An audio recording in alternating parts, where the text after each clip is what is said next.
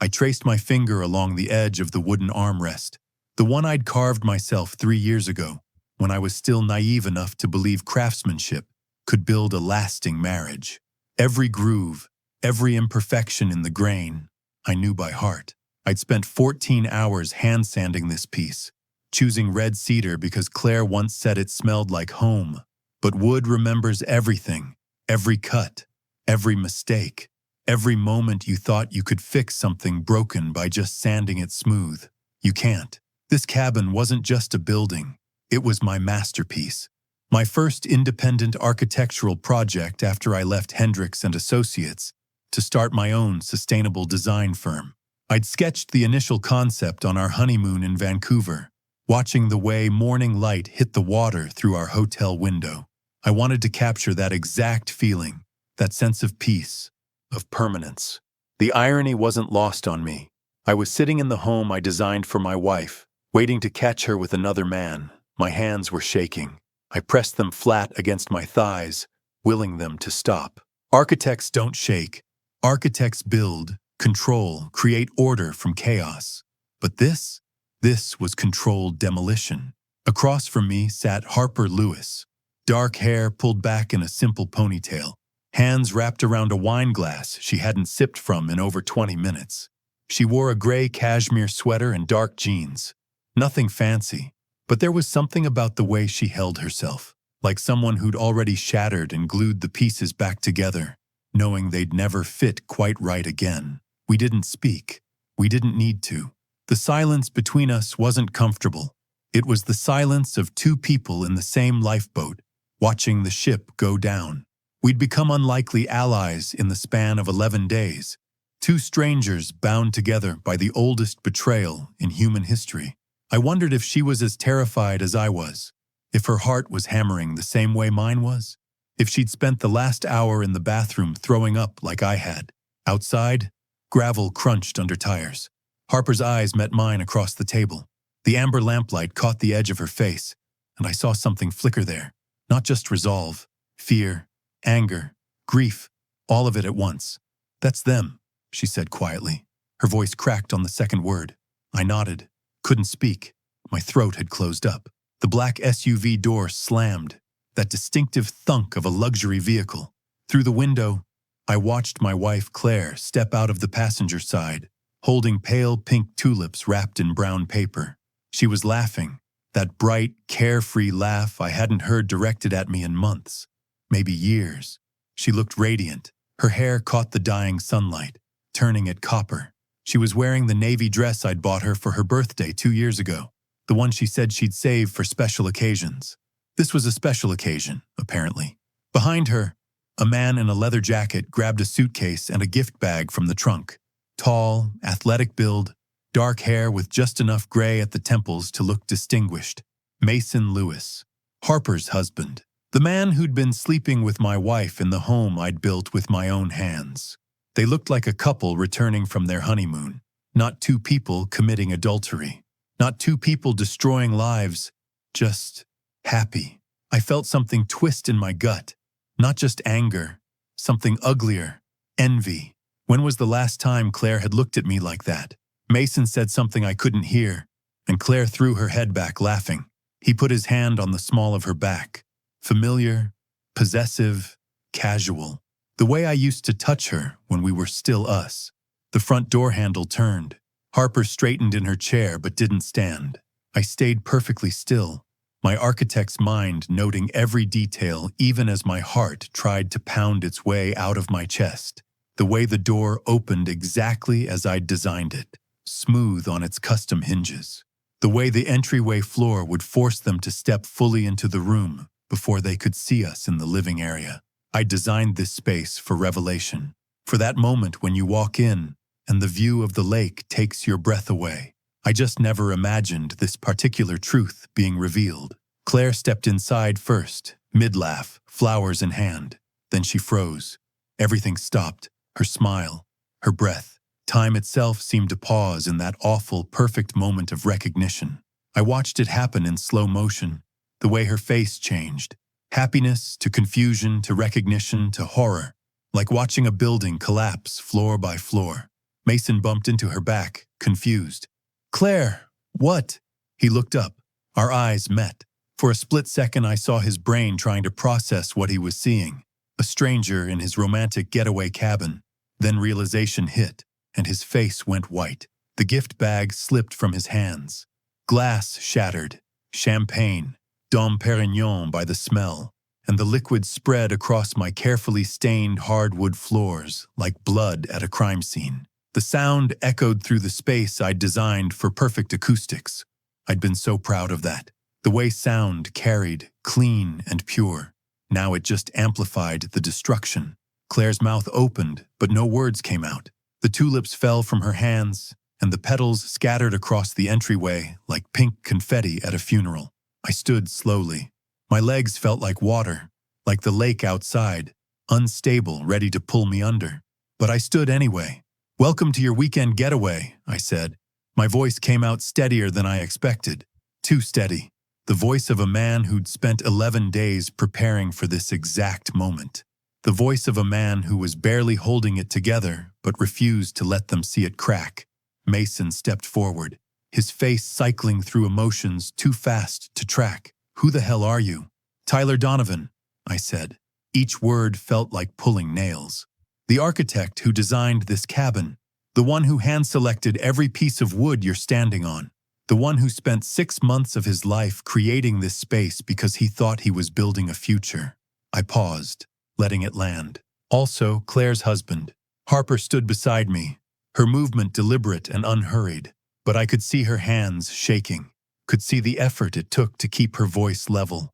And I'm Harper Lewis, Mason's wife, the woman you left at home while you played house with someone else's spouse. The color drained from Claire's face so fast I thought she might faint. She grabbed the doorframe for support, and for a second, one terrible, traitorous second, I wanted to go to her, wanted to steady her. Old habits die hard.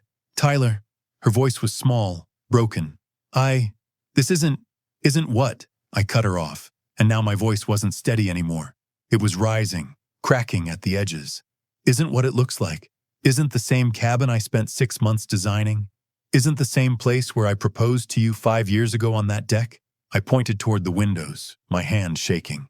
The deck I built myself, because I wanted it to be perfect for the moment I asked you to marry me. The place where I got down on one knee and promised you everything I had. She flinched like I'd slapped her. I continued, and now I couldn't stop. The words were pouring out, all the pain I'd been swallowing for 11 days. Isn't the same place where we came after the second miscarriage? Where we held each other and cried and promised we'd get through anything together? Where I told you we'd try again, that we'd build our family, that this place would be ours forever? Tyler, please! 7 months. My voice broke on the word. 7 months you've been doing this. Harper told me. 7 months of lies, of coordinated schedules, of planning around me like I was an obstacle to be managed.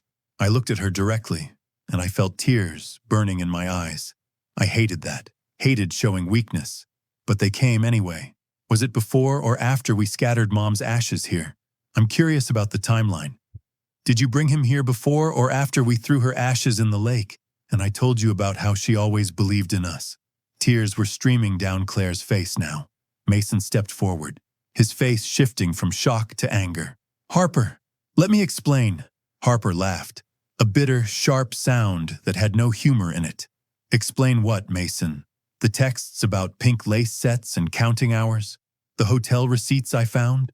The Uber confirmations to Claire's neighborhood that didn't match any of your supposed client meetings? She pulled her phone from her pocket, her hands shaking so badly she almost dropped it. Want me to read some of your messages? I have them memorized. All of them. Every single one. I've read them so many times I see them when I close my eyes at night. Mason's face went red. I walked to the dining table and picked up the thick manila folder Harper and I had prepared that morning. My hands were steadier now. Anger does that. Gives you focus when grief makes you weak. I set it down on the coffee table between us with a soft thud that seemed to echo in the terrible silence. We didn't come here empty-handed, I said. Harper and I have spent 11 days building a case. 7 months of call logs. I set the folder down. Text message transcripts, properly dated and verified, hotel receipts, credit card statements, restaurant bills, photos from corporate events where you're standing just a little too close. I picked up a specific photo, the one from the private investigator. My hand trembled as I laid it out. This is from last Tuesday, Brasserie Margot in Tacoma, 9:47 p.m. That's you, Mason, with your hand on my wife's thigh. And here, I laid out the next photo, my voice getting rougher, entering the Tacoma Grand Hotel. And this one, leaving the next morning at 6:15 a.m. Claire made a choked sound. How long? I asked, looking directly at her. The question I'd been carrying for 11 days like a stone in my chest. She looked at Mason, then at the floor. Her voice was barely a whisper. 7 months. Speak up, I said, and I heard the crack in my voice, the rage and hurt bleeding through. If you're brave enough to do it, be brave enough to say it out loud. 7 months, she repeated, louder this time, tears streaming. 7 months. 7 months. The number hit me again, even though I'd known it, even though Harper had told me. Hearing it from Claire's mouth made it real in a way that evidence never could. I calculated automatically, my architect's brain still working even as my heart was breaking. July. It started in July. July 14th, based on the earliest messages. July 14th, I said slowly. That was the night of the Jefferson Medical Gala, wasn't it? The one where your companies both had tables? Claire nodded, tears streaming. I remember because I couldn't go. I had a site emergency in Tacoma that night, foundation issues that needed immediate attention. I looked at Mason, then back at Claire. I called you from the site at midnight. Remember? I was standing in mud, exhausted, and I called to tell you I loved you and I was sorry I'd missed the event. And you said, my voice broke completely. You said, it's okay, honey. There will be other nights. I love you too. The room was completely silent. Were you with him when I called? I asked. Were you lying in bed with him when you told me you loved me? Claire's face crumpled. Tyler, were you? I shouted, and it felt like something broke open inside me. All that control, all that careful planning just shattered. Harper's hand touched my arm, gentle, grounding. I took a breath, then another, forced myself back. Yes, Claire whispered. Yes, I was. The words hung in the air like smoke. Tuesday, February 28th, 9:47 a.m., Bellevue office. Let me take you back. Not to where this started because I don't think I'll ever know when it really started, but to where I found out. I was reviewing blueprints for the Ellison Sustainable Housing Project. 42 eco-friendly units on the waterfront, my firm's biggest contract to date. Everything I'd worked toward for the past 3 years since going independent. The morning sun was streaming through my office windows, coffee steaming beside my drafting table. I'd been up since 5 a.m., working through calculations, perfecting details. It was a perfect Tuesday. Then my phone buzzed. Unknown number. I almost ignored it. Almost. But something, call it instinct, call it the universe trying to wake me up, made me open the message. Hi, Tyler. This is Harper Lewis. I believe my husband Mason Lewis and your wife Claire Donovan are having an affair. Dinked. Call it the universe trying to wake me up, made me open the message. Hi, Tyler. This is Harper Lewis. I believe my husband Mason Lewis and your wife Claire Donovan are having an affair. If you're open to a conversation, I can share evidence. My number is 206-55-7321. I read it once, then again, then a third time, each word burning into my brain like acid on metal. My hands started shaking. Coffee sloshed over the rim of my cup, spreading across the blueprint, ruining weeks of work. I watched it spread, dark and wet, destroying my careful lines. I couldn't move, couldn't breathe. No, not Claire. My wife wasn't capable of that. We'd been together for 9 years, married for 5. We'd survived her brother's addiction crisis, my father's death from cancer, 2 miscarriages that nearly destroyed us both. We'd come through all of that together, hadn't we? But even as I tried to dismiss it, pieces started clicking into place with sickening clarity. The late-night client emergencies that conveniently happened after I'd gone to bed. The new lingerie I'd found in the laundry. Black lace things I'd never seen her wear, even though I'd complimented them thinking they were for me. Her phone that used to sit casually on the kitchen counter, now constantly in her pocket or purse. Face down, always face down. The way she'd stopped initiating sex, stopped touching me casually. Those little touches on the shoulder, the back, the arm. The way she used to grab my hand while we watched TV. All of it, gone.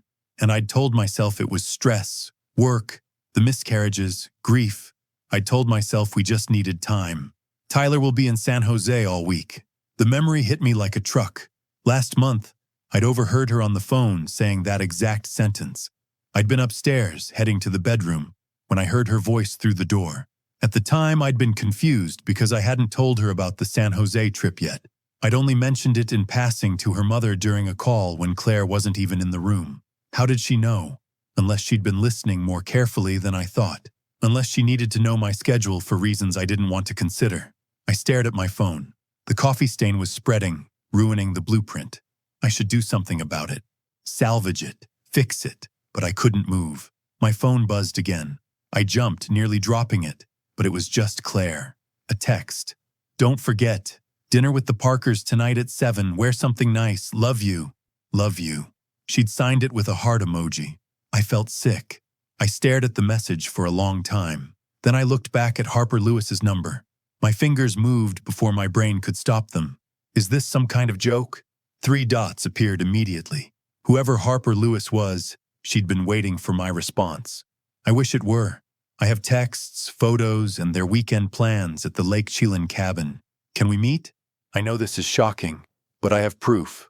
Real proof. I'm sorry. The cabin. My cabin. The one I'd spent 6 months designing from scratch. The one where I'd sourced cedar from sustainable forests in Oregon because I wanted it to age beautifully. The one where I'd personally installed every window to maximize the view of the sunrise over Lake Chelan because Claire loved sunrises. The one where I'd carved T+C forever into the hidden underside of the deck railing where only we would know it existed. She was using that place? The place I built for us? My vision tunneled. The office walls seemed to close in. I couldn't breathe, couldn't think. I stood up so fast my chair crashed backward. I grabbed my phone and called the number with shaking hands. It rang twice. Tyler? Her voice was steady but exhausted, like someone who'd been crying for days but had finally run out of tears. Yeah, it's me. I cleared my throat, trying to sound professional, trying to sound like my world wasn't imploding. What exactly do you know? I heard her take a breath, a shaky one. Everything, she said quietly. I unlocked Mason's phone 2 nights ago while he was asleep. There are messages going back 7 months. Photos, detailed plans for weekends away. Tyler, she paused, and I heard the tremor she was trying to hide. They've been to your cabin 4 times. Maybe more. 4 times. 4 times to the place I'd designed as a sanctuary. A retreat from the stress of Seattle, from deadlines and traffic and the constant noise. A place where Claire and I could reconnect, remember why we'd fallen in love, heal from the losses we'd suffered. 4 times she'd brought another man there. I'm going to throw up, I said. I know, Harper said softly. I did. Several times. It doesn't help, but you'll feel like you need to anyway. This can't be real. I thought the same thing. Kept thinking I'd misunderstood, that there was an explanation. But there isn't, Tyler. I'm sorry. I sat down on the floor, back against the wall. My expensive office, my successful firm, my carefully built life, all of it meaningless. What? My voice cracked. I started again. What do you want to do? The question hung between us. 2 strangers connected by betrayal, trying to figure out what justice looked like. Harper was quiet for a moment.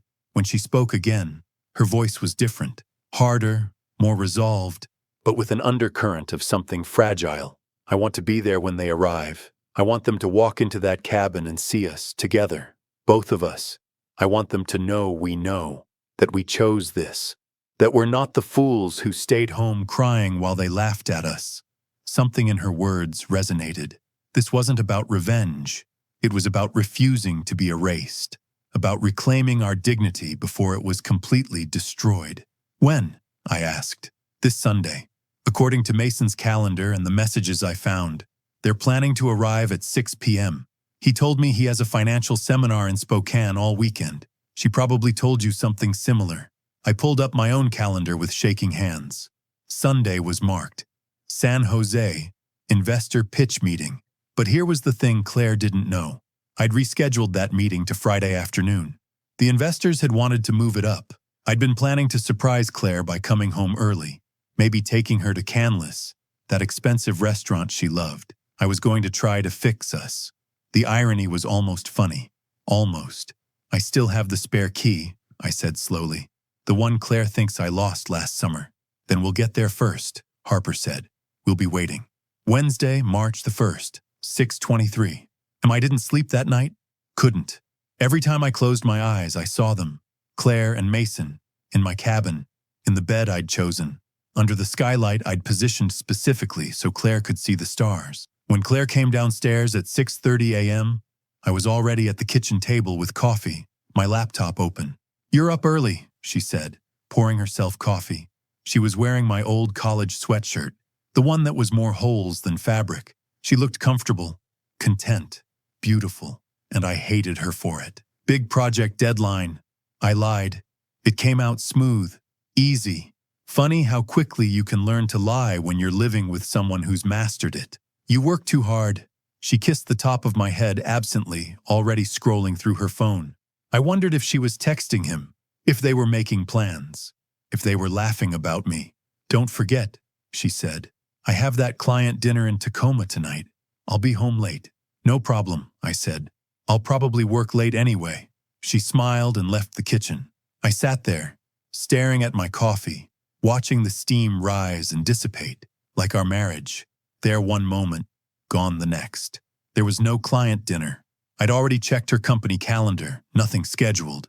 But there was a reservation at Brasserie Margot, an expensive French place in Tacoma, at 7:30 p.m. for 2 people.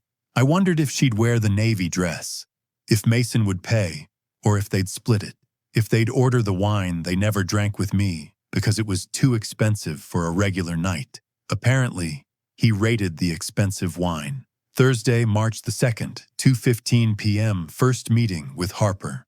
I met Harper at a quiet cafe in Edmonds, halfway between Seattle and her office.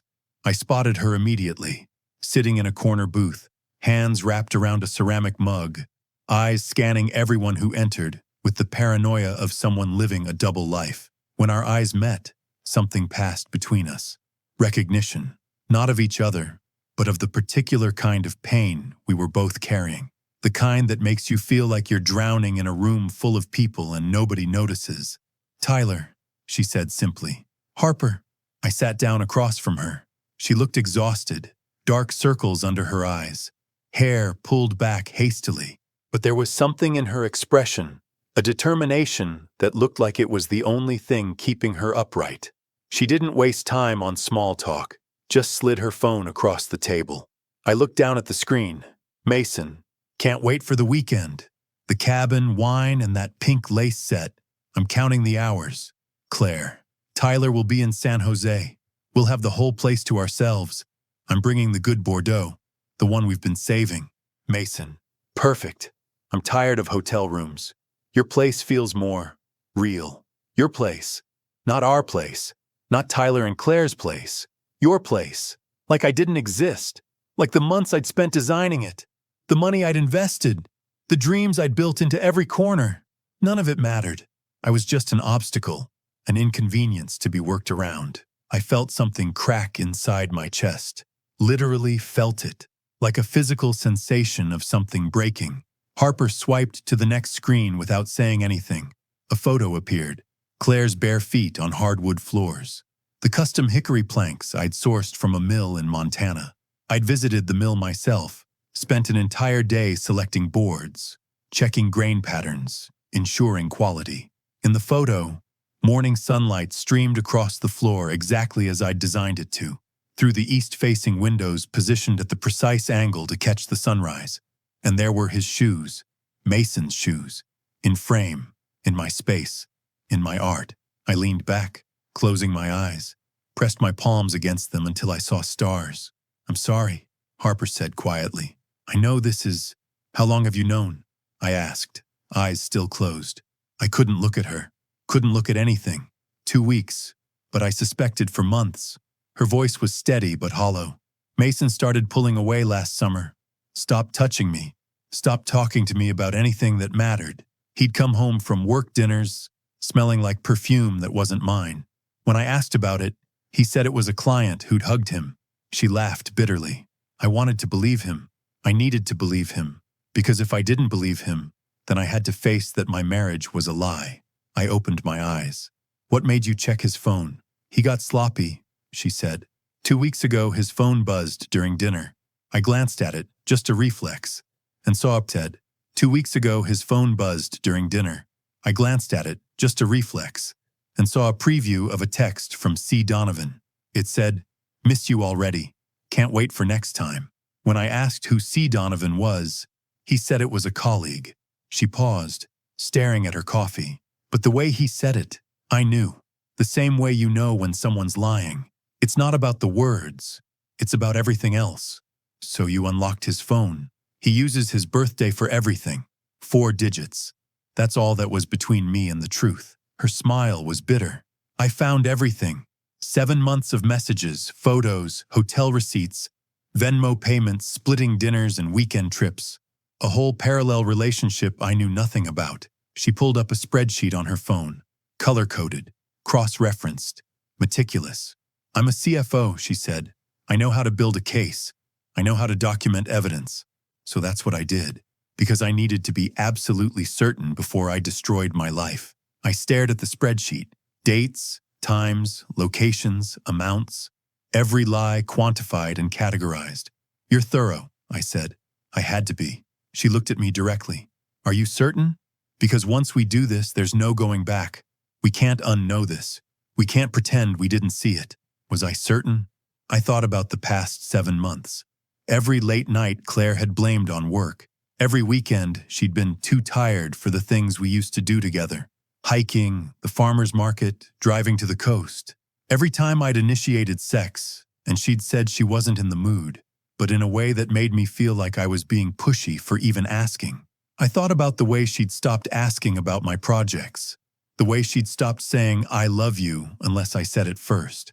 The way she'd started treating our home like a hotel, sleeping there, but not really living there. I thought about how I'd blamed myself, wondered what I was doing wrong, if I was working too much, not being attentive enough, not being enough. "Yes," I said. My voice came out rough. "I'm certain." Harper nodded slowly. "Then let's plan this carefully, because I want them to understand. I want them to see our faces and know exactly what they did." Friday, March the 3rd, 8:42 p.m., second meeting. We met again the next evening at Harper's suggestion, a wine bar in Ballard, where neither of our spouses would go. She had a leather portfolio with her this time.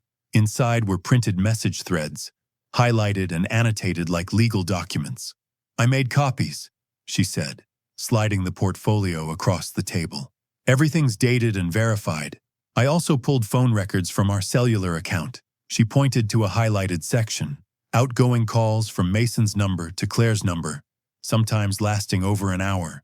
The calls always happened during times Mason had told Harper he was in meetings or at the gym.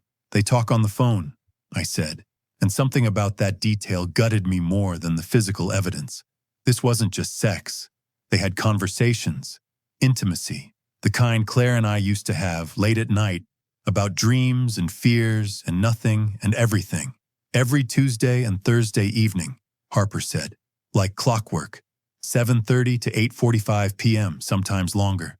I knew those times. Tuesday and Thursday evenings were when I played tennis with my college buddy Mark. I'd be gone from 7 to 9 p.m. They'd built their affair around our schedules, studied us, learned our patterns, used our routines against us. I couldn't finish the sentence. "Calculated," Harper finished. Her voice was flat. This wasn't a drunken mistake or a moment of weakness or falling accidentally into something neither of them planned. They planned this, coordinated it, made it work around us like we were obstacles in a schedule to be managed. She pulled out another document. "Here's Mason's fake hotel reservation for Spokane this weekend." I called them. No reservation under his name. He either made it up entirely or used a fake confirmation email generator. I stared at the document. It looked real, professional. I would have believed it. Claire told me I'd be in San Jose, I said. Showed me the calendar invite and everything. But I rescheduled to Friday, so they think we'll both be gone all weekend. Harper leaned forward. Here's what I'm proposing. We get to the cabin before them. We stage it. Not aggressive, not violent. Just present. We let them walk into a space where the truth is already waiting. How? Wine, she said. Claire requested Bordeaux in the messages. We set the table. 4 glasses, 2 chairs facing the door so they can't avoid seeing us when they walk in. I thought about the layout of the cabin, the entryway that opened into the great room, the sightlines I'd designed so carefully so that the lake view would hit you the moment you entered. Now I'd be the view they saw. The acoustics in that space are designed to carry sound, I said slowly, my architect's brain engaging despite everything. If we dim the overhead lights and use the accent lamps by the fireplace, the lighting will be dramatic but not aggressive, like a stage. Harper looked at me with something like respect. You're good at this. I design spaces for specific experiences, I said. I create emotional responses through architecture. Light, shadow, sightlines, acoustics. They all work together to make people feel something. I paused. I just never thought I'd be designing this particular experience. We spent the next 2 hours planning every detail. Where we'd sit, what we'd say, what evidence we'd bring, how we'd respond to different reactions. By the time we left, we had a plan. But as I drove home, I realized something. I was good at this, at compartmentalizing, at putting my emotions in boxes and focusing on logistics. It's how I'd survived my father's death, how I'd gotten through the miscarriages without falling apart. But maybe that was the problem. Maybe Claire had needed me to fall apart, to be messy, to show that things hurt instead of just building another structure to contain the pain. Maybe I'd built too many walls. Saturday, March 4th, 11:30 a.m., Ellensburg Cafe. We met one more time before Sunday, halfway point between Seattle and Lake Chelan. Harper arrived carrying 2 folders. I hired a private investigator, she said without preamble. Just for 1 week. I needed to be absolutely sure. She handed me the PI's report, photos, time-stamped, professional quality. Mason and Claire at Brasserie Margot. Mason's hand on Claire's thigh under the table. Claire leaning into him, laughing, her hand on his chest. The next photo showed them kissing outside the restaurant. Not a peck, a real kiss. The kind that meant something. Another photo, arriving at the Tacoma Grand Hotel. Timestamp, 9:47 p.m. And the last one, leaving the hotel the next morning at 6:15 a.m. Claire was wearing the same clothes from the night before. Mason had his arm around her waist. They looked like a couple. They looked like what Claire and I used to look like, before grief and loss and my work schedule had worn us down. I stared at the photos for a long time. I'm sorry, Harper said quietly. Don't be. I needed to see it. I looked up at her. When did you hire the PI? Last week. After I found the messages, I needed proof I could see, not just text on a screen, something real. How much did it cost? $3,000 for the week. She shrugged. I'm the CFO of an interior design firm. I make good money. More than Mason, actually, though he'd never admit it. He likes to think he's the breadwinner. She paused. What about you? What do you do? Architect. I own a small, sustainable design firm, residential and light commercial work. I looked down at the photos again.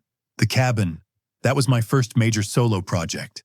After my dad died, I used his life insurance money to buy the land and build it. I wanted to create something beautiful, something that would last. Did you design it yourself? Every part of it? Every detail, I said. From the foundation to the last screw in the deck railing. I hand-selected materials, visited mills and suppliers. I wanted everything to be perfect. Why? The question caught me off guard. Because I paused, trying to articulate something I'd never really put into words. Because buildings outlast people. My dad's gone. But that cabin? That could be there for 100 years. 200 if it's maintained properly. I wanted to create something that would last longer than I would. Something that mattered. Harper was quiet for a moment. That makes it worse, doesn't it? That it was something so important to you. Yes, I said simply. It does. She reached across the table and touched my hand briefly. Just a moment. a gesture of understanding from one broken person to another. "After tomorrow, what are you going to do?" she asked. "Divorce, immediately. I've already consulted with an attorney." I paused. "What about you?" "Me too. Papers are ready. My attorney is standing by." "How long were you married?" 6 years, together for 11. She laughed bitterly. "I was 23 when we met. I thought I knew everything. Thought I knew what love was." "Did you?" "I knew what love felt like at 23. I don't think I knew what it required. The work, the honesty, the choosing each other even when it's hard." She looked at me directly. "How long were you married?" "Married 5 years. Together for 9. We gave them the best years of our lives." "Yes," I agreed. "We did." We sat in silence for a while, both of us processing what tomorrow would bring. Then Harper asked, "Do you think we're going too far? Ambushing them like this?" I thought about it honestly, really considered it. "Maybe," I said. "Maybe this is cruel. Maybe we should just file for divorce and walk away with dignity. But I need them to see us, to know that we're not just passively accepting this, that we chose to confront it." I paused. "If I don't do this, I'll always wonder if I was a coward, if I just let them get away with it." Harper nodded slowly. "I feel the same way. Not about revenge, about reclaiming something. Our story, our narrative, they don't get to write us as the oblivious spouses who never knew. We get to write ourselves as the people who found out and refused to be erased. And truth," I added. "And truth," she agreed. Sunday, March 5th, 10:15 a.m., the cabin, the drive from Bellevue took 3 hours.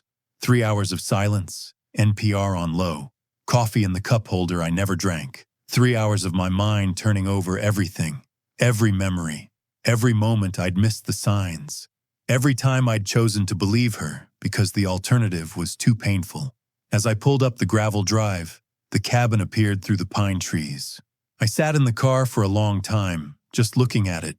It was beautiful, exactly as I'd envisioned it. Cedar siding weathered to silver gray, large windows reflecting the morning light. The deck I'd built by hand, but it didn't feel like mine anymore. It felt like a crime scene. I got out slowly.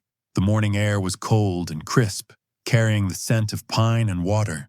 Birds were singing. The lake was perfectly still, like glass. It looked like a postcard, like something from a magazine about perfect lives in perfect places. But perfection is a lie. I'd learned that.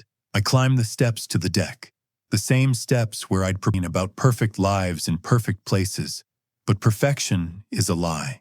I'd learned that. I climbed the steps to the deck, the same steps where I'd proposed to Claire 5 years ago.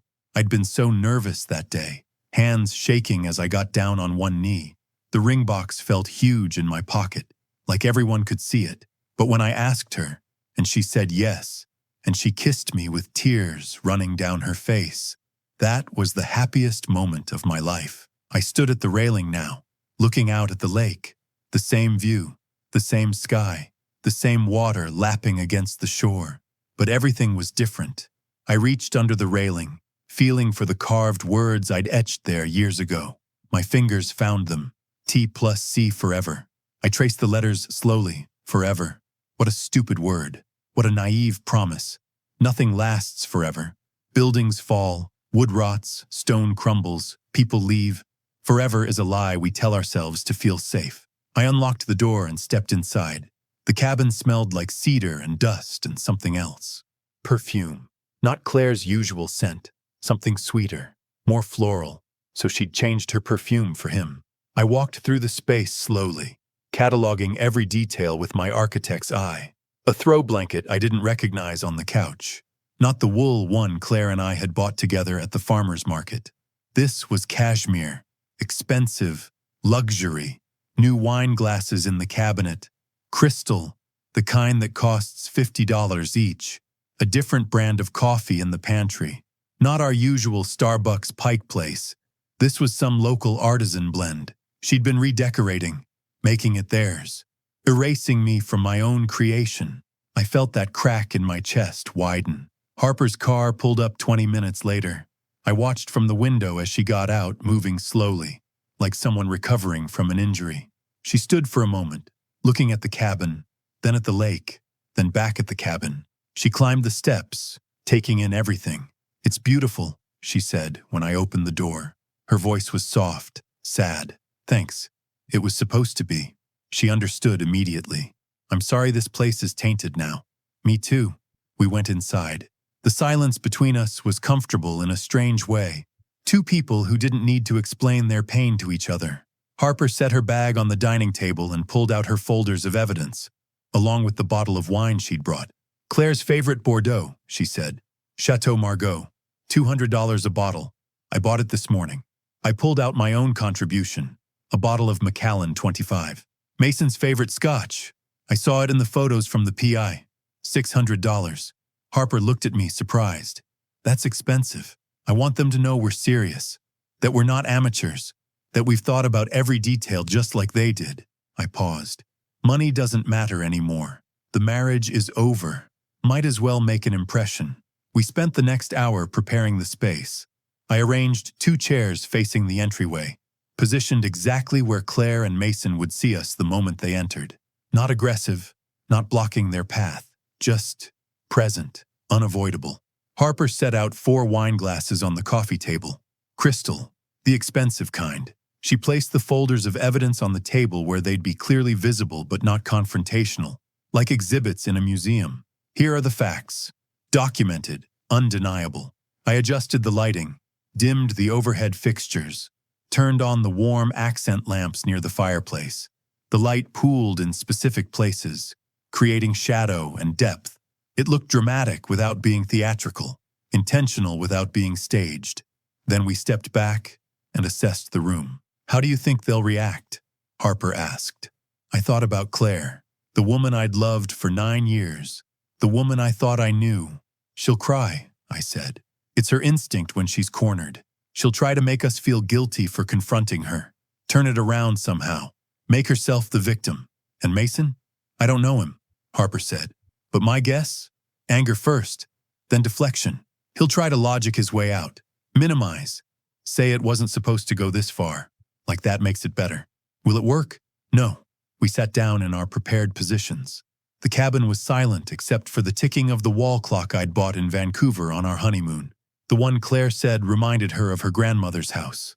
Tick, tick, tick, time passing, moving forward whether we wanted it to or not. The hours between arriving and their expected arrival were the longest of my life. Harper and I talked to fill the time. Not about the affair. We'd exhausted that topic. Instead, we talked about ourselves, the parts that existed before this, the parts that might exist after. "I wanted to open a bookstore," Harper said at one point. We were sitting on the deck, looking out at the lake. The water was starting to ripple as the wind picked up, patterns forming and dissolving on the surface. One of those cozy places with armchairs and good coffee and author events. I had a whole business plan, projected revenue, vendor relationships, everything. "What stopped you?" "Mason." She smiled, but it didn't reach her eyes. "He said it was unrealistic, that bookstores were dying, that I should focus on my CFO track, because that's where the real money was, that I should be practical." She paused, watching the water. "He was probably right about the business model. Bookstores are struggling, but I think he just didn't want me to do something that made me happy independent of him, something that was mine. Are you going to do it now? Maybe, after the divorce, after I figure out who I am without him." She looked at me. "What about you? What dreams did you put aside?" "Honestly, this," I gestured at the cabin. "This was the dream, building something beautiful and sustainable, creating spaces that made people feel at peace, spaces that healed instead of hurt. You achieved it, and then it got corrupted," I said quietly, "turned into something ugly, a place for lies instead of truth." I watched the water, the way it moved, constant, changing. "Water's interesting," I said, more to myself than to Harper. "It's the most patient force in nature. It doesn't fight, doesn't force, it just persists. And eventually, it wears down everything. Stone, metal, concrete, given enough time, water wins." "Is that what betrayal is?" Harper asked softly. "A slow erosion? Maybe. Or maybe it's more sudden than we think. Maybe the erosion was always happening, and we just didn't notice until the foundation collapsed." Harper was quiet for a moment. "What will you do with the cabin after this?" "Sell it, probably. I don't think I can ever come here again without seeing them, without seeing this moment. That's sad. Yes, I agreed. It is. We fell into comfortable silence. Not happy, not peaceful, just shared. Two people in a lifeboat, watching the ship go down. Around 4 p.m., Harper went inside and made coffee. We sat at the dining table, going over our plan one more time. But there were long pauses now, moments where we just sat in silence, processing what was about to happen. "Are you scared?" I asked at one point. Harper looked up from her coffee, terrified. "Me too." "What are you afraid of?" I thought about it honestly, that I'll fall apart, that I'll beg her to stay, that when I see her face, I'll forget everything she did and just remember who we used to be. Harper nodded slowly. "I'm afraid I'll hate him, really, truly hate him, and that the hate will consume me and I'll become bitter and small. Or I'm afraid I won't feel anything at all, that I'll look at him and realize I don't even care enough to hate him, that our entire marriage was something I cared about more than he ever did." We sat with that for a while. At 5:30 p.m., we took our positions. Harper in one chair, me in the other, both facing the entrance. The evidence folders on the table between us. Wine glasses ready. Lighting set to dramatic but not aggressive. We were ready. But as we sat there waiting, I felt something unexpected. Not anger, not determination. Grief. Deep, overwhelming grief for what we'd all lost. For the marriages that had died. For the people we'd been before this. For the future that would never happen. I'd built this cabin for a family. For children who would run on that deck and swim in that lake and grow up knowing they had a place that was theirs. That future was gone now. I pressed my palms against my eyes, willing myself not to cry. Not yet. Not until they saw me strong. "Tyler," Harper said softly. I looked up. She was crying, silent tears running down her face. "I know," I said, and I did. I knew exactly what she was feeling, the grief of it, the loss of everything you thought your life would be. We sat there together, two broken people waiting for the moment that would break us further. Gravel crunched. Every muscle in my body tensed. Harper and I exchanged one last look. Her eyes were red but dry now. Resolved. Here we go. I could hear them outside. Claire's laugh, bright and carefree. Mason's deeper voice responding. The trunk opening. Bags being pulled out.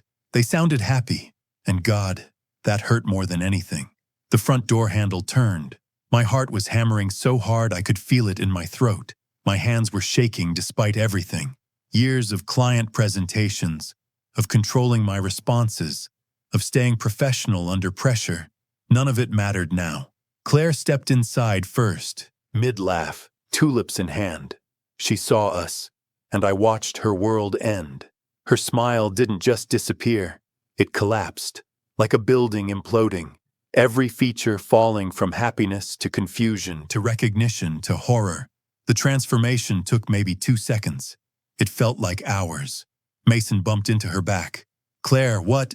He looked up, saw Harper, then saw me. His face went white. The gift bag slipped from his hands. Glass shattered. Dom Perignon by the smell. The champagne spread across my carefully stained floors. Dark and wet and wrong. The sound echoed through the space I'd designed for perfect acoustics. Claire's tulips fell. Pink petals scattered across the entryway like confetti at a funeral. Or blood. I stood slowly. My legs felt like water. Like the lake outside. Unstable, ready to pull me under. But I stood anyway. Because that's what you do. You stand when everything in you wants to collapse. "Welcome to your weekend getaway," I said. My voice came out steadier than I felt. Too steady. The voice of a man barely holding it together but refusing to let them see the cracks. Mason recovered first, his face cycling through emotions. "Who the hell are you?" "Tyler Donovan." Each word felt like pulling nails from my chest. "The architect who designed this cabin. The one who hand-selected every piece of wood you're standing on. The one who spent 6 months of his life creating this space because he thought he was building a future." I paused. "Also Claire's husband, the man she promised forever to." Harper stood beside me, her movement deliberate, but I could see her hands shaking. See the effort it took to keep her voice level. "And I'm Harper Lewis, Mason's wife. The woman you left at home while you played house with someone else's spouse." Claire grabbed the doorframe. All the color drained from her face. Tyler.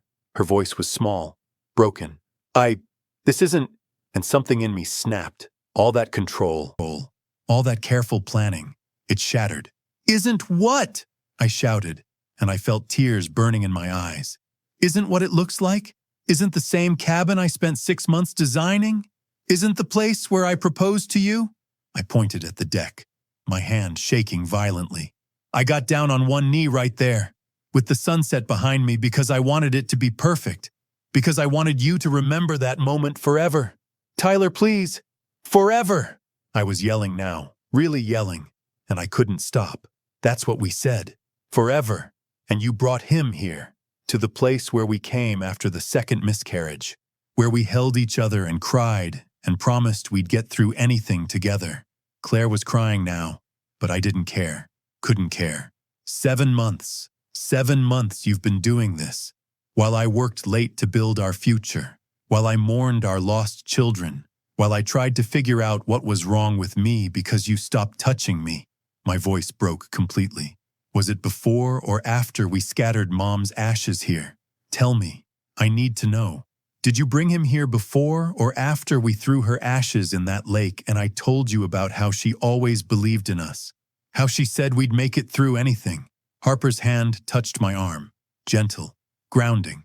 I took a breath, then another. Forced myself back from the edge. But I could feel it. All the grief I'd been swallowing. All the pain I'd been managing. It was coming up, rising like water, and I couldn't hold it back much longer. Claire was sobbing. Tyler, I never meant to hurt you. You never meant to. The words came out harsh, broken. What did you think would happen? Did you think I'd never find out? Or did you just not care enough to think about me at all? Mason stepped forward, his face shifting to anger. Harper, let me explain. Harper laughed, a terrible sound with no humor in it. Explain what, Mason? The texts, the hotel receipts, the 2-hour phone calls every Tuesday and Thursday while I worked late so we could afford the house you wanted? She was shaking now, really shaking. Want me to read some of your messages? I have them memorized, every single one. I see them when I close my eyes at night. When I wake up, every fucking moment. I'd never heard Harper swear before, never seen her lose control. We were both unraveling. I walked to the dining table, picked up the first folder with shaking hands. We didn't come here empty-handed, I said, my voice rough. Harper and I have spent 11 days building a case. 7 months of call logs, text transcripts, hotel receipts, photos. I picked up the PI's photo, the one of them kissing outside Brasserie Margot. This is from last Tuesday.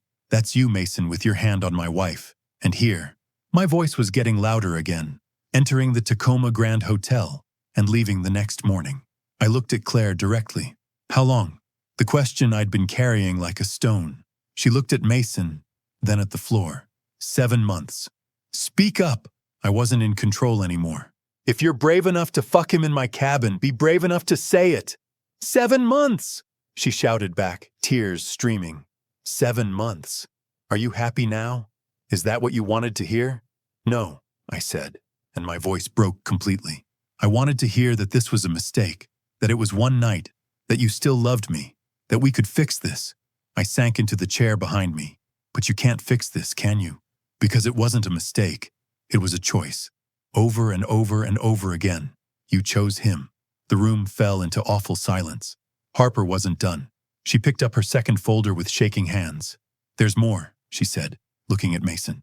Things I didn't tell Tyler yet, because I wanted to say them to your face. Mason went pale. Remember when you said the bank delayed our roof repair loan? $12,000 you said we had to wait on? Mason said nothing. There was no delay. You transferred $10,000 to a rehab center in Spokane. To Jackson Donovan. She looked at Claire. Your brother. Claire's head snapped up. You've been helping fund his rehab, Harper continued, voice shaking, which is admirable. But you didn't think your husband deserved to know. While you were sleeping with his sister, I interjected, looking at Claire. And since we're sharing secrets, want to tell Mason about the money you've been sending? Or should I? Claire looked terrified. Tyler, don't. Mason, I said, turning to him. Did Claire tell you about my gambling debt from 2015? $42,000 my parents paid off to save my career? Mason frowned. Claire's been paying them back. $1,500 a month for the past year and a half. From our joint account. Money I earned. And she didn't trust me enough to tell me. Didn't trust me to handle it. I looked at Claire. Did you tell him that? Or did you just present yourself as the perfect wife trapped with an imperfect man? That's not fair, Claire started. Fair? I stood up again. You want to talk about fair? Let's talk about fair. Harper cut in, her voice cold. And Claire, did you tell Tyler about the birth control? The room went completely still. I stared at Claire. What? Harper pulled out a pharmacy receipt. Birth control prescription. Filled every month for the past 14 months. Mason paid for half of them. My vision tunneled. You've been on birth control? My voice came out strangled. For over a year? While telling me you wanted to try again? While letting me hope we could have a family? Claire burst into tears. I couldn't. After the miscarriages, I couldn't face it again. So you lied. I was shouting again. For a year, you let me think we were trying. You let me hope every month that maybe this time. You let me believe we were in this together. I was scared. So was I. My voice cracked completely. I was terrified, but I was willing to try because we were supposed to be a team. Because that's what marriage means. I sank back into the chair, suddenly exhausted. But we weren't a team, were we? You'd already checked out. You'd already decided I wasn't enough. The betrayal kept layering. Each revelation worse than the last. Mason suddenly shouted, Enough! This is insane! You're both acting like we committed murder! No, Harper said quietly. Too quietly. Murder would be quicker, cleaner. You both chose to slowly poison your marriages while smiling at us across the breakfast table, while kissing us goodnight, while saying, I love you, and meaning nothing. I added, my voice hollow now. You know what the worst part is? Not the sex, not even the lying. It's that you rewrote our history to justify it. You turned us into villains in your story, so you could be the heroes finding true love. I looked at Claire directly. Was I that bad? Was I that insufficient? That you had to burn down everything we built? It wasn't about you? She started. It was always about me, I shouted. About me not being enough, not working enough, not being present enough, not being the man you wanted. That's not true. Then what is it? I stood up, getting in her face now. Tell me. Make me understand why you destroyed us. Why you took everything I built and turned it into this. Claire was sobbing. Mason looked defeated. Harper was crying silently. And I was done. Done fighting. Done hurting. Done trying to understand the incomprehensible. Here's what's going to happen, I said. My voice calm again. Empty. Harper and I are leaving. You two can stay if you want. Have your weekend. Have your wine. Enjoy the cabin one last time. Claire looked up, confused. What? Because tomorrow, we're both filing for divorce. The paperwork is ready. Everything's documented. I pulled out my folder. Every lie. Every expense. Every moment. Tyler, please. I loved you, I said, and my voice broke. I really did. I built this place dreaming of our future. Kids running on that deck. Family dinners. Growing old, watching sunsets. Tears were streaming down my face now. You took that dream and burned it. And for what? For him? For 7 months of hotel rooms and lies? Claire reached out. Tyler. I stepped back. Don't. Don't touch me. Don't say my name. You don't get to anymore. We were halfway to the door when Claire suddenly stood. Wait! Her voice was desperate, broken. There's something else. Something I haven't told anyone. Tyler and Harper stopped. Claire's hands were shaking violently. Her face was pale, streaked with tears and mascara. I'm pregnant. The words dropped into the room like a stone into still water. Everything rippled outward. Mason's head whipped around. What? Harper froze. I felt the floor tilt under me. What did you say? My voice came out barely above a whisper. Claire nodded, sobbing. I found out last week. I was going to tell you this weekend, Tyler. I swear. Tell him? Mason interrupted. What about me? It's Tyler's, Claire said quickly. It has to be. We all control. After mourning the children we'd never have. She was pregnant, with my child. and she'd planned to tell me here, in this cabin. The same cabin where she'd brought her lover. Maybe in the same bed. I'm going to be sick, I said. I ran to the bathroom, made it just in time, threw up everything in my stomach until there was nothing left but bile. I heard Harper's voice from the other room. Sharp, cold. How far along? 6 weeks, Claire whispered. 6 weeks, Harper repeated. And you were still sleeping with both of them? I came back out, wiping my mouth with the back of my hand. Claire's face was crumpled. I didn't know then. I only found out last week when I took the test. Mason was staring at Claire like he'd never seen her before. You're pregnant with his child, and you were still planning this weekend with me? I didn't know what to do, Claire shouted. I was going to end it with you. I was going to tell Tyler everything and try to fix our marriage. By bringing your affair partner to our cabin one last time? I heard myself ask. My voice sounded far away, disconnected. Was this like a goodbye fuck? A final send-off before you came back to me and used a baby to trap me? It wasn't like that. Then what was it like? I was shouting again. Tell me, because from where I'm standing, it looks like you wanted one last weekend with him. Then you were going to come home and manipulate me with a pregnancy into staying. Tyler, please. Did you even want this baby? I shouted. Or was it just a convenient way to keep me around? Claire sank to the floor, sobbing. Mason suddenly stood. I can't. I need air. Sit the fuck down. Harper's voice cut through the room like a knife. You don't get to run from this. Mason turned, his face twisted. What do you want me to say? That I'm sorry? I am. That I made a mistake? I did. But I don't know what to do with any of this. You're a coward, Harper said simply. You wanted the thrill without the consequences. Well, congratulations. Here are your consequences. The energy had shifted. The pregnancy revelation had changed everything and nothing. I looked at Claire on the floor, crying. This woman I'd loved for 9 years. This woman carrying my child. And I felt hollow. Not love, not hate. Just empty. Like I'd been scraped clean from the inside out. I'll take responsibility for the child, I said quietly. My voice was completely flat now. If you're keeping it, I'll be there. As a father. But not as your husband. Claire looked up, eyes desperate. Tyler, please, we could try. For the baby. No. The word was final. Absolute. I won't raise a child in a marriage built on lies. That's not fair to any of us, me, you, or the baby. But our family, we're not a family, I said. We're two people who failed at marriage. And now there's a child involved who didn't ask for any of this. I knelt down so I was at her eye level. I will support you financially. I will be involved in the child's life. I will be the best father I can be. But you and I shook my head. We're done. That decision was made the moment you brought him here. Harper spoke up, looking at Mason. Her voice was steady, but there were tears streaming down her face. And you? Do you have anything to say? Any defense? Mason looked defeated, broken. I'm sorry. To both of you. I never wanted it to go this far. But you let it, Harper said. Every day for 7 months you made a choice. You chose this. Mason nodded slowly. Yeah, I did. Harper pulled out her phone. I'm calling my attorney. Papers will be ready tomorrow. Harper, it's Sunday evening, Mason started.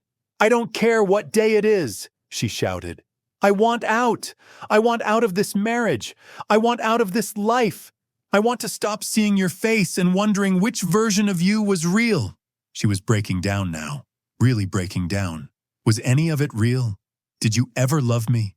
Or was I just convenient, safe, the placeholder while you waited for something better? Mason didn't answer. Harper's face crumpled.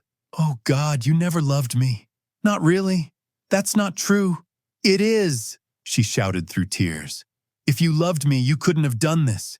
You couldn't have looked at me every day and lied. She sank into a chair, sobbing. I stood, pulled out my own phone. I'm calling my attorney, too.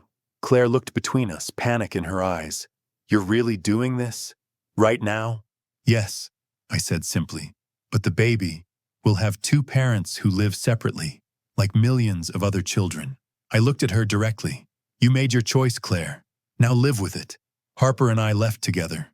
We walked out of the cabin in silence, down the steps where I'd proposed, past the deck where I'd scattered my mother's ashes. Mason and Claire stayed inside. Through the window, I could see them sitting in separate chairs, not talking, not touching. Two people who'd burned down their lives for something that already looked like it was dying. Harper and I got to our cars. The sun was setting over the lake, painting everything gold and pink. Beautiful, serene, like nothing had happened. "You okay?" Harper asked. "No, you?" "No." We stood there in silence. The wind was picking up off the lake. Cold, biting. "Thank you," I said finally, "for reaching out, for making sure I knew the truth. Thank you for believing me." Harper looked back at the cabin. "Do you regret it? Confronting them like this?" I thought about it honestly. I don't know. Maybe. But I needed to see their faces. I needed to know it was real, that I wasn't crazy, that the marriage really was over. Me too. "What now?" I asked. Harper wiped her eyes. "Now I go home, pack Mason's things and change the locks. My attorney will serve him tomorrow. He can figure out where to stay." She paused. "What about you?" "Same. Claire can come get her things when I'm not there. I'll have my attorney set up custody arrangements once." I couldn't finish. Once the baby's born. We stood there for another moment. Two broken people who'd survived the worst day of their lives. "If you ever need to talk," Harper said. "Someone who gets it. You too." We exchanged a look. A moment of understanding that needed no words. Then we got in our separate cars and drove away. I made it about 5 miles before I had to pull over. And then I broke. Really broke. I cried so hard I couldn't breathe. Slammed my fists against the steering wheel until my hands hurt. Screamed until my throat was raw. 9 years of my life. Gone. The future I'd planned. Gone. The family I'd dreamed of. Shattered. Everything I'd built turned to ash. I don't know how long I sat there. An hour maybe. Until I had no tears left. Until I was just empty. Then I drove home. Monday, September 18th, 10:23 a.m., new office, Elliott Bay. I stood in my new office overlooking Elliott Bay in downtown Seattle. Floor-to-ceiling windows, clean modern lines, sustainable materials throughout. I designed this space myself, not for clients, for me. It was smaller than my old Bellevue office, more expensive per square foot, but the view was worth it. Water, constant movement. Ferries crossing back and forth, container ships moving slowly toward the Pacific, sailboats catching the wind. Water doesn't hold grudges, it just moves, flows, finds new paths when the old ones are blocked. I was trying to learn that. My phone buzzed on the drafting table. "Harper, saw your feature in Seattle Architecture Monthly. The waterfront project looks amazing. Congrats." I smiled. Harper and I had stayed in touch, not frequently, but consistently. Text messages every few weeks. Coffee once a month when we both needed to talk to someone who understood. We'd become friends in the aftermath, not romantic. Neither of us was ready for that. Might never be. But we had something rare. A friendship forged in the worst moment of our lives. "Me. Thanks. How's Port Townsend?" She'd moved there 3 months ago. Left Seattle entirely. Took a remote CFO position with a smaller firm. Bought a house by the water. Started over. Harper. Perfect. Quiet. Everything I needed. You should visit sometime. Me. I'd like that. I meant it. Port Townsend was beautiful. Victorian houses, quiet streets, the kind of place where you could disappear and rebuild yourself. Sometimes I thought about doing the same. Leaving Seattle, starting fresh somewhere nobody knew my story. But then I remembered Nora. My phone buzzed again. Different number. A photo. Claire holding a tiny newborn. The baby had dark hair, lots of it. My dark hair. Claire's eyes. That particular shade of hazel. Claire. Nora Elizabeth. Born last night at 11:47 p.m., 7 Lubstautuos. Healthy. Nora. We talked about that name years ago, before the first miscarriage. Back when we were naive enough to think planning a future meant it would happen. I stared at the photo for a long time. Despite everything, all the pain, all the betrayal, all the broken pieces, I felt something shift in my chest. Not forgiveness. I wasn't there yet. Maybe never would be. But something else. Recognition, maybe. That this tiny person existed. That she was mine. That she was innocent in all of this. Me. She's beautiful. I'll come by the hospital this afternoon. Claire. Thank you. Tyler. I know I don't deserve it, but thank you for showing up for her. I didn't respond to that. What was there to say? The divorce had been finalized in 8 weeks. Surprisingly quick, but we'd both wanted it over. Claire didn't fight me on anything. The cabin, the house, the savings. She just signed. I think part of her was relieved. Guilt makes people generous. I sold the cabin 2 months ago to a couple from Portland. They wanted a retreat space, somewhere to disconnect from the city. I never went back after that night. Couldn't. Some places can't be redeemed. They're too soaked in pain. You just have to let them go. Claire and Mason didn't last. They tried for about 6 weeks after the confrontation, tried to make the affair real, but guilt and reality killed whatever they thought they had. Turns out, relationships built on betrayal don't have solid foundations. Mason moved to San Francisco for work. Last I heard through Harper, he was dating someone new, already moving on, already rewriting his story. Claire moved back in with her parents after the split, to prepare for the baby, to figure out how to be a single mother. We'd worked out custody arrangements through attorneys. Clinical, distant. Every other weekend once Nora was old enough. Wednesday evenings for dinner. We communicate. Appointment is Thursday at 3 p.m. Can you pick up more formula? She's teething. Tylenol seems to help.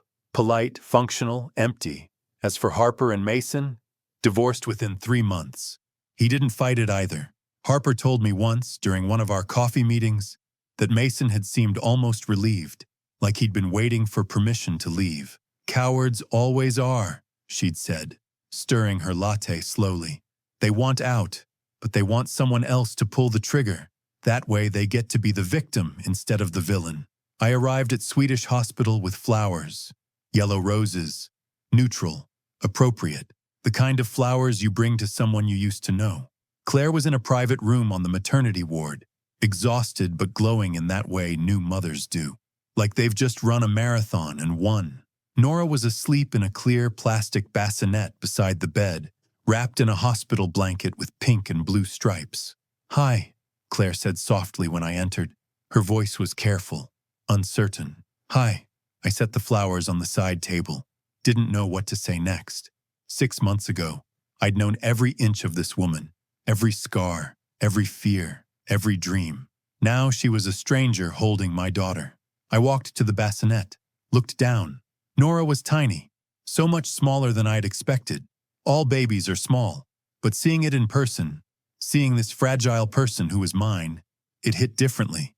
She had my nose, my dark hair, but her mouth was Claire's. That same curved upper lip, a genetic compromise. Half me, half her. "Can I hold her?" I asked. "Of course." I picked Nora up carefully, supported her head the way the parenting books I'd read said to do. She was warm and light and made small sounds like a kitten. "Hi, Nora," I whispered. "I'm your dad." She opened her eyes, dark, unfocused, seeing nothing and everything, and something in me broke, or maybe healed. I couldn't tell the difference anymore. This was my daughter, my child, the family I'd wanted for so long, just not the way I'd imagined it. She gripped my finger with surprising strength, held on like I was all that mattered in the world. "She's perfect," I said, and my voice cracked. "She is," Claire agreed softly. We sat in silence for a moment. Not comfortable, but not hostile either. Just existing in the same space with this new person who connected us, whether we wanted to be connected or not. "I've been thinking," Claire said quietly. "I owe you a real apology. Not the panicked ones from that night at the cabin, but a real one." I looked up, still holding Nora. "I destroyed our marriage," she continued, staring at her hands. "I was selfish and cowardly. I blamed you for things that weren't your fault. The miscarriages, the distance between us.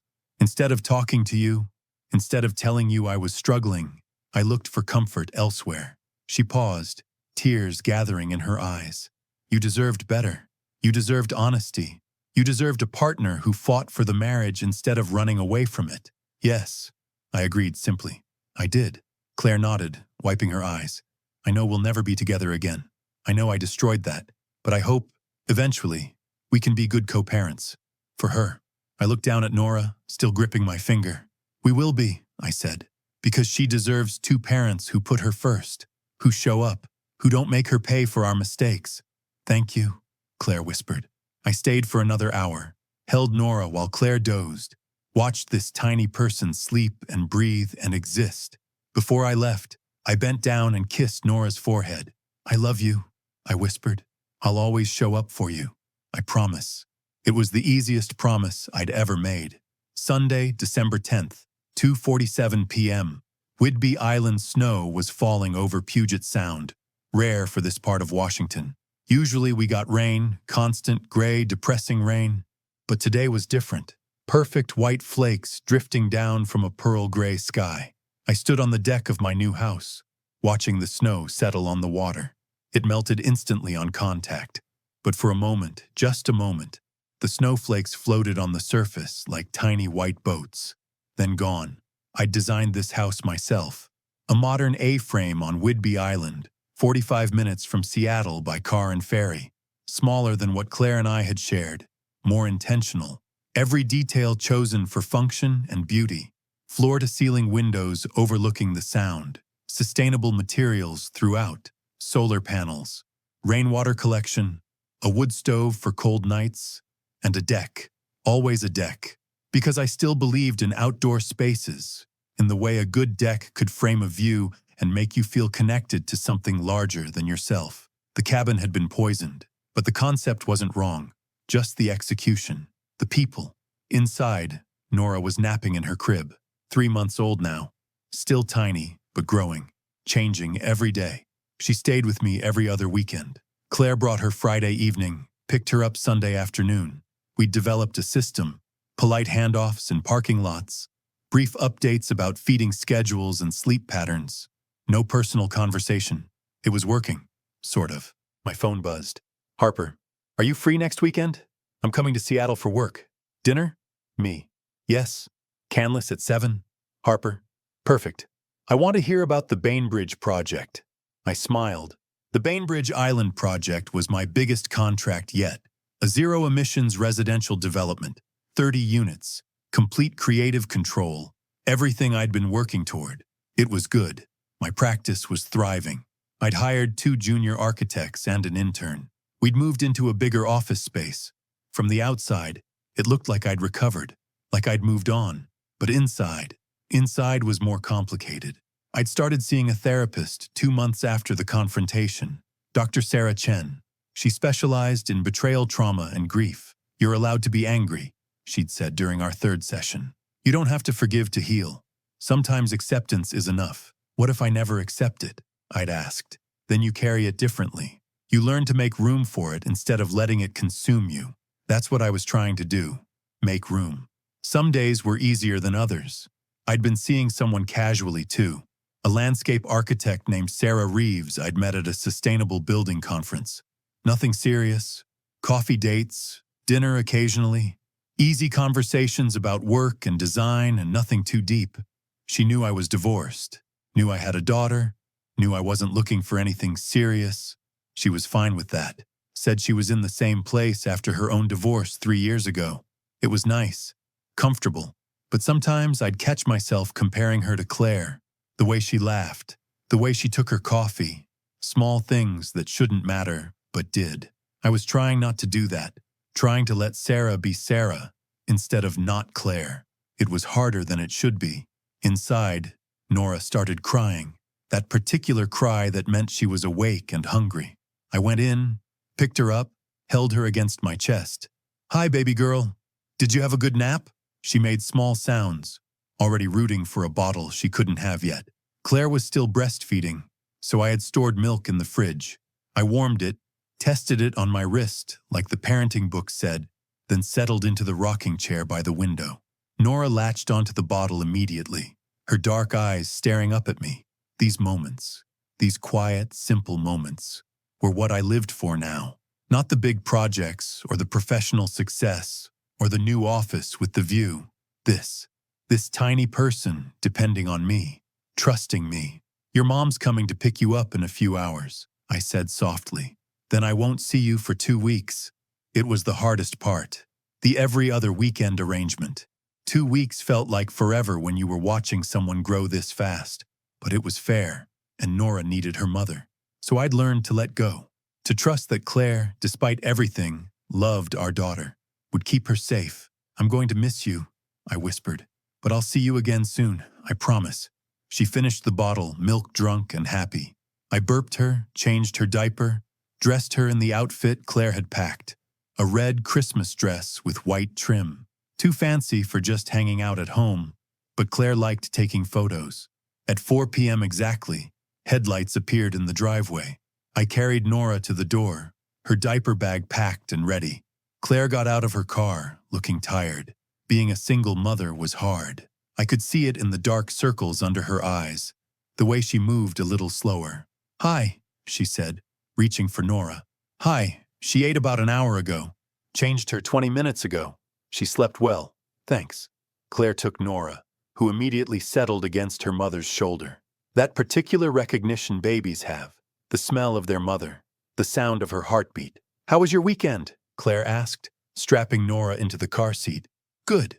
Quiet. Yours?" "Same. My mom came over, helped with some things."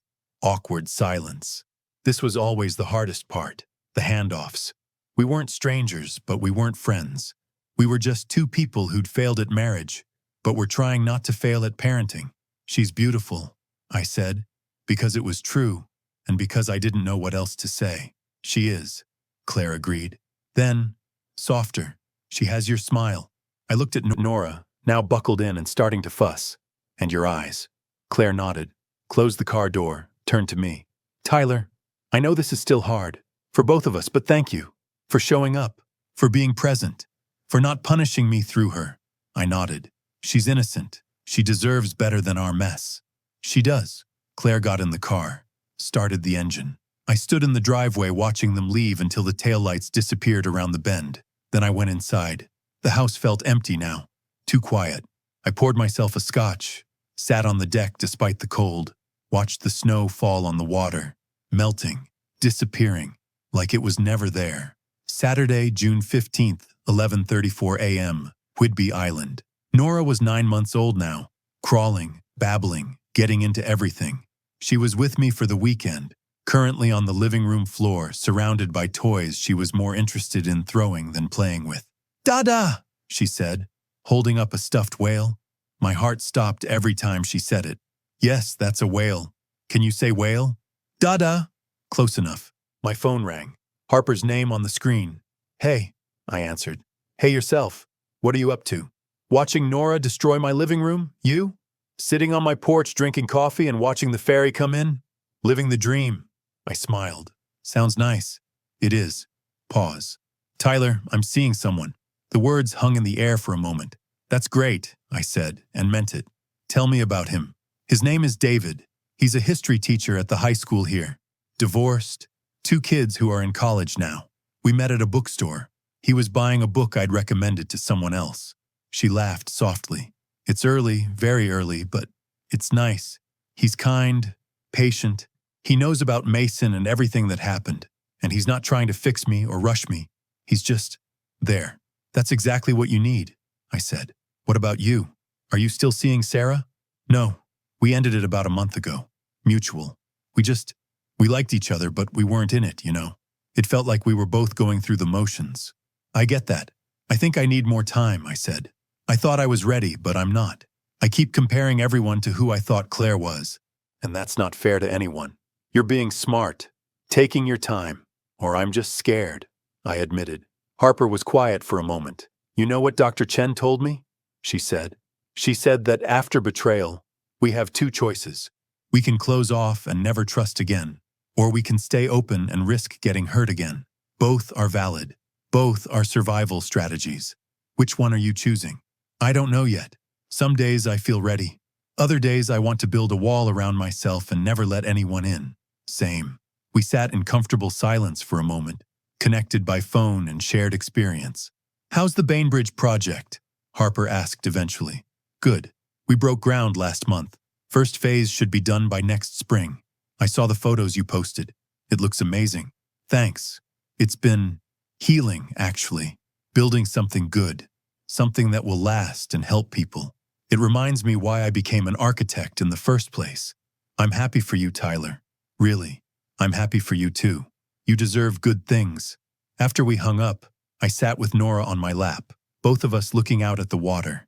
Your Auntie Harper's dating someone, I told her. Someone nice who makes her happy. Nora grabbed my nose. Yeah, exactly. That's how it should be. When you grow up, find someone who's kind, someone who tells the truth, someone who shows up. She made a raspberry sound. You're right. I should take my own advice. Sunday, March 5th, 5:43 p.m., Whidbey Island, 1 year. 365 days since the confrontation at the cabin. I stood on my deck, watching the sunset. The same time of day, the same light, but everything was different. Nora was with Claire this weekend. The house was quiet, empty in that way that used to bother me, but I'd learned to accept. Solitude wasn't loneliness. Not always. My phone buzzed. Harper, thinking about you today. 1 year. How are you holding up? Me. I'm okay. You? Harper. Same. It's strange how much has changed and how much hasn't. Me.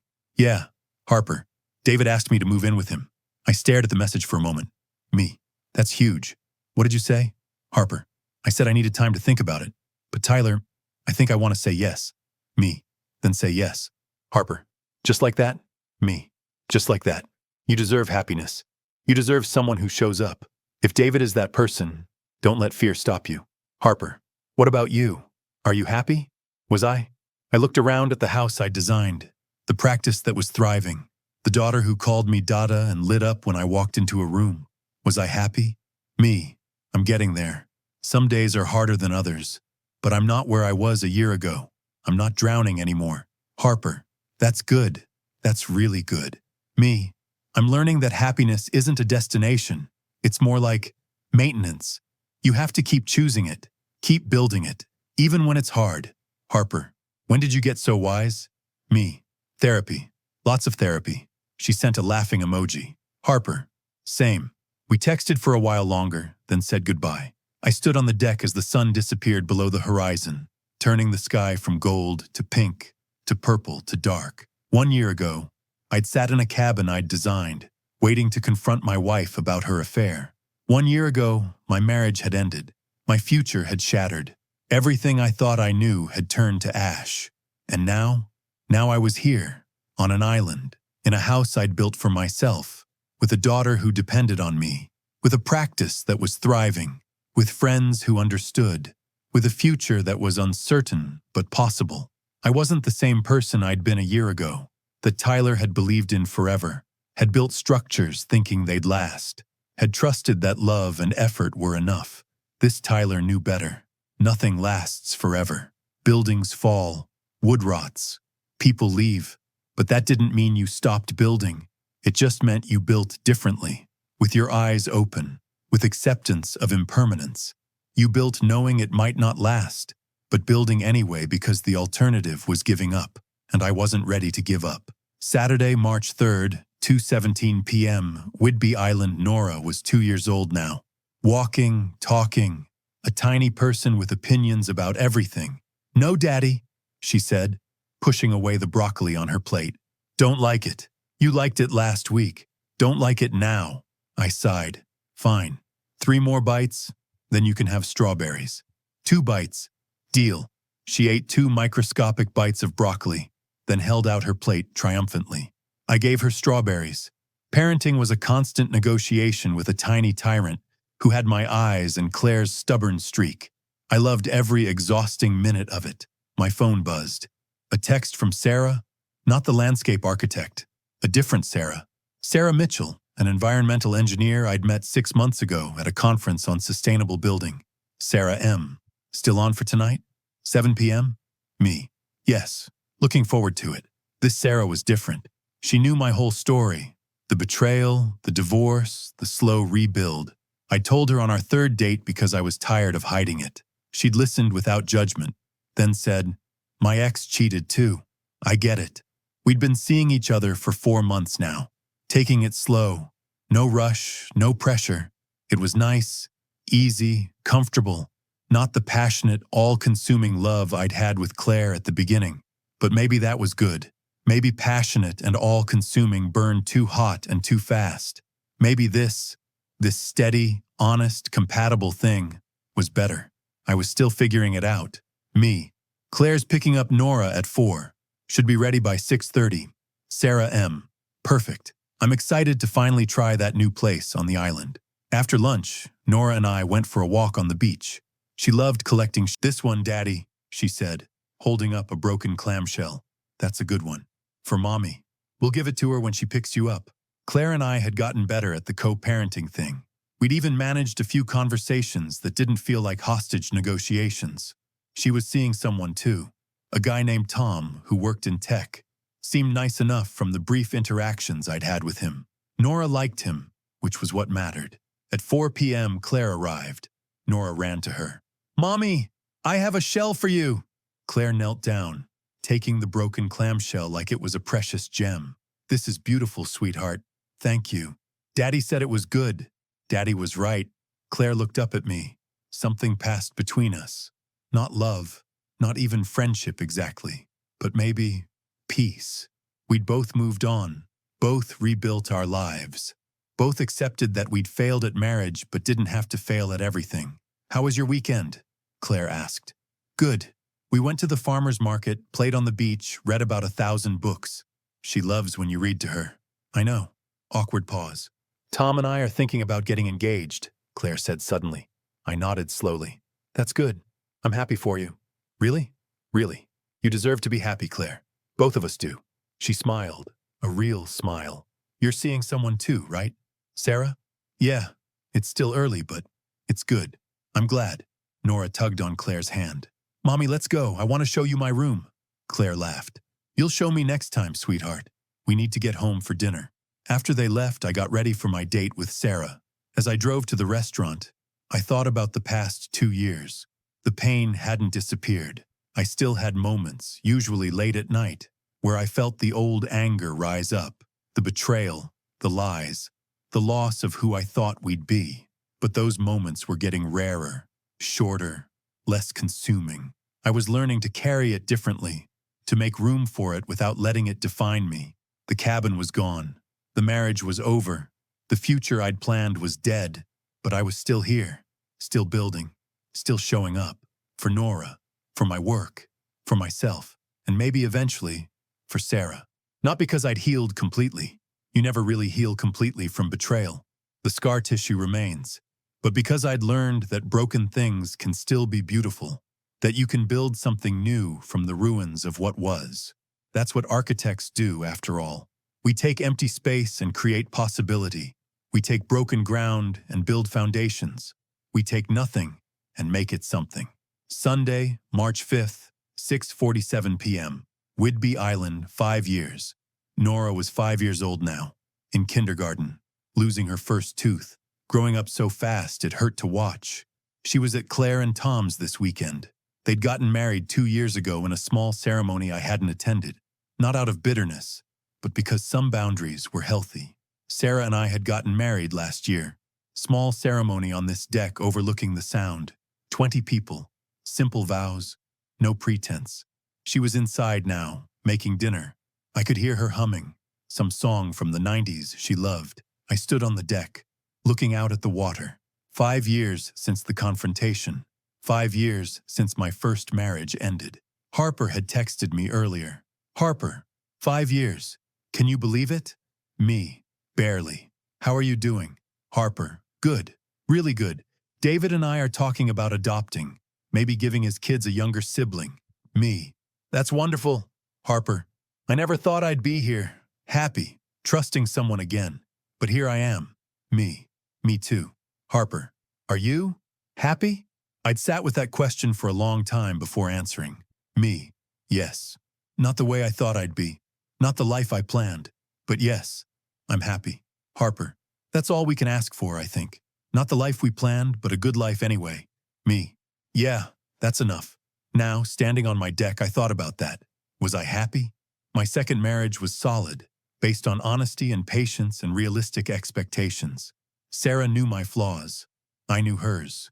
We chose each other anyway. My relationship with Nora was strong. I was present, engaged, the father I'd always wanted to be. My practice was thriving. The Bainbridge project had won awards. I had more work than I could handle. From the outside, I'd rebuilt beautifully. But inside, I still carried it. The betrayal, the loss, the scar tissue. Some nights, I still dreamed about the cabin, about Claire's face when she walked in and saw me, about the sound of glass shattering, about the pink tulip petals on the floor. Some days, I still felt a flash of anger when I remembered, still felt the echo of that pain. I'd learned to make room for it, to acknowledge it without letting it consume me. But it was still there, would always be there. That's the thing about betrayal. You don't get over it. You just learn to carry it differently. "Dinner's ready," Sarah called from inside. I turned away from the water, walked inside to the warmth and light and life I'd built. Sarah smiled at me. "You okay?" "Yeah," I said. "I'm okay." And I meant it. Not healed, not whole the way I used to be, but okay. Building anyway, living anyway, loving anyway. Because that's what you do when the foundation cracks. You don't abandon the structure. You reinforce it, rebuild it, create something new from what remains. You keep building. That's what architects do. That's what survivors do. You keep building, even when the ground is unstable, even when the future is uncertain, even when you carry scars that never fully heal. You keep building, because the alternative is giving up, and I'd survived too much to give up now. Epilogue, years later, sometimes late at night. I still think about the cabin, not the building itself, that's long gone, owned by strangers who don't know its history, but what it represented, the dream of permanence, the belief that if you built something well enough, it would last forever. I was wrong about that. Nothing lasts forever. But that doesn't mean building is pointless. It just means you build knowing it's temporary, knowing it might fail, knowing the foundation might crack. You build anyway, because the act of building, the choice to create instead of destroy, to hope instead of despair, that's what makes us human. I built a cabin for my first marriage. It failed. I built a life for my second marriage. It's holding. For now. Maybe forever. Maybe not. Either way, I keep building. For Nora, for Sarah, for myself, for the possibility that even broken things can create beauty. That's the lesson water taught me. It doesn't fight the obstacles. It flows around them, finds new paths, keeps moving. I'm still learning that lesson, still moving.